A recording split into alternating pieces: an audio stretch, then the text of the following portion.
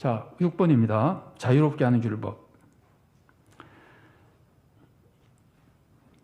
이해가 됩니까? 여러분, 율법이 우리를 자유롭게 합니까? 얽매입니까?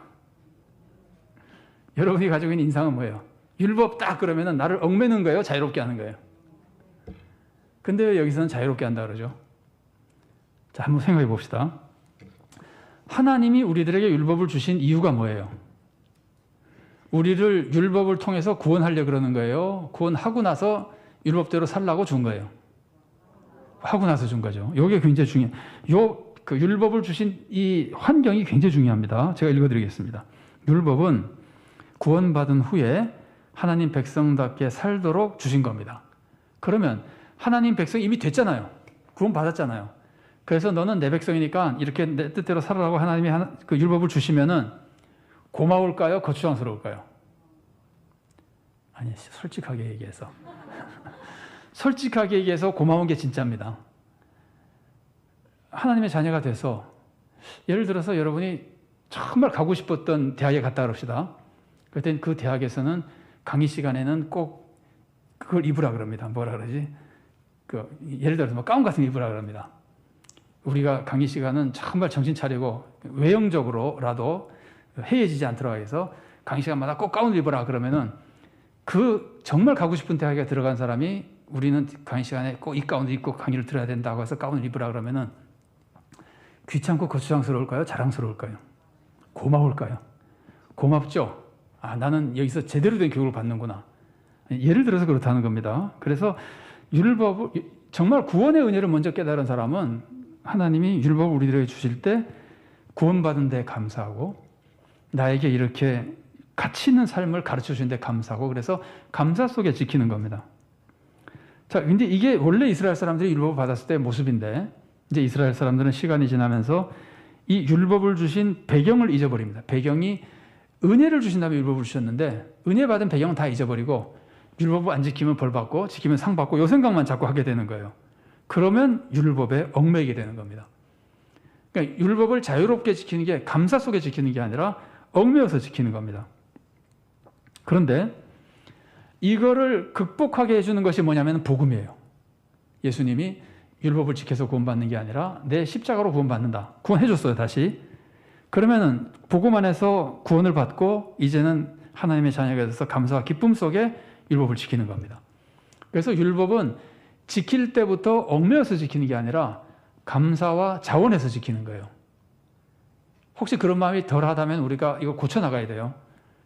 우리는 얼마든지 연약하기 때문에 그럴 수 있습니다. 그러나 원래 이 율법을 지키는 원래 마음을 우리가 늘 되찾아야 됩니다. 그래서 지금 반거로 3번입니다.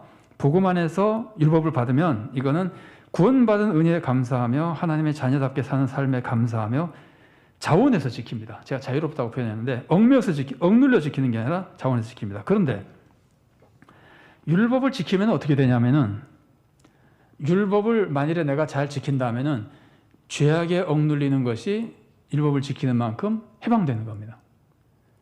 여러분, 죄악에 억눌린다는 거 혹시 아세요? 여러분들은 워낙 선한 사람이시라 모를지도 모르겠는데 죄악에 얽매인다는 것이 짓고 싶어하는 죄를 짓고 싶지 않은데 자꾸 죄를 지어가지고 막 미치게 괴로운 경우 같은 거 죄악에 얽매이는 거예요.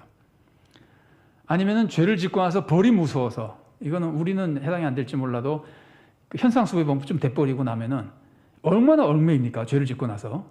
그래서 이 죄를 지으면은 사실은 사람이 얽매이거든요. 죄를 지은 것 때문에 죄책감도 생기고 벌이 무섭고 해서 얽매이는데 죄를 짓지 않았다고 하는 건 율법을 지켰다는 거거든요. 율법을 지키면은 훨씬 더 죄의 억눌림과는 다른 자유로운 삶을 사는 겁니다. 마음 놓고 죄 지은 게 없으면은 거리를 활보할 수 있잖아요. CCTV가 아무리 많이 있어도 안 무섭잖아요. 근데 죄 지으면 어떡합니까? CCTV가 있는 곳마다 피해 다녀야 되지. 그러니까 죄를 안 지으면은 거꾸로 율법을 지키면 자유로운 생활을 하는 거예요. 자유로운 평화를 누리는 겁니다. 그래서 율법이 자유롭게 하는 율법이 되는 겁니다. 이건 율법주의의 건 아니고 구원받아서 자유롭게 율법을 지키고 율법을 지키는 만큼 나의 삶은 죄로부터 더 자유로운 삶이 되는 겁니다. 그래서 율법이 자유롭게 한 율법입니다. 그러니까 우리가 지금 율법 그러면 얽매인다는 생각이 많이 드는 것은 우리가 아직도 복음에서부터 시작된 율법의 신앙 과정이라 그럴까? 이런 것들이 좀 덜 익숙해서 그런 거예요. 이건 뭐 교회 생활하다 보면은 거의 뭐 어쩔 수 없이 나타나는 현상이라고 볼 수도 있어요. 그러나 본질적으로 우리가 신앙생활의 모습을 찾아볼 때 복음에서부터 구원이 먼저 이루어지며 그 다음에 구원받은 자로서 받은 율법이며 율법을 지킴으로써 죄를 이겨내고 그러면 더 뭐랄까 하나님의 은혜 안에 두려움 없이 자유롭게 살 수 있고 이런 모든 것들이 율법을 자유롭게 하는 율법이라는 겁니다. 율법주의가 아닌 복음주의에 자유롭게 하는 율법이 되는 겁니다. 그런데 이렇게 율법을 잘 지키면 무슨 일이 일어날까요? 지금 여기서 율법이 나쁜 겁니까? 아니죠. 이건 하나님의 뜻대로 사는 거예요. 그래서 우리가 하나님의 뜻대로 100이 하나님의 뜻이라면 뭐 수치로 표현할 수는 없지만 우리가 보통 10, 20 이렇게 살다가 정말 은혜를 많이 받아서 20, 30 막 이렇게 살면 무슨 일이 일어날까요? 마음도 훨씬 편안하지만 삶 속에 하나님의 축복이 임합니다.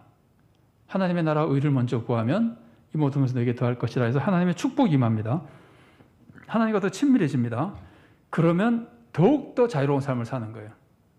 그래서 율법은 복음에서부터 시작한 율법은 지키는 것도 은혜 속에 지키고 자유로운 마음으로 지키고 지킬수록 죄로부터 점점 더 멀어지고 자유로워지고 지킬수록 하나님의 은혜가 더 충만하며 더 자유로워지는 거예요. 그래서 자유롭게 하는 율법이 되는 거예요. 자, 두 문제 잠깐 보겠습니다. 1번입니다. 내 주위에 말만 하고 행하지 않는 사람이 있습니까? 한번 생각해 보시고 그런 사람이 있다면 그 사람에 대해서 인상이 어떠신가?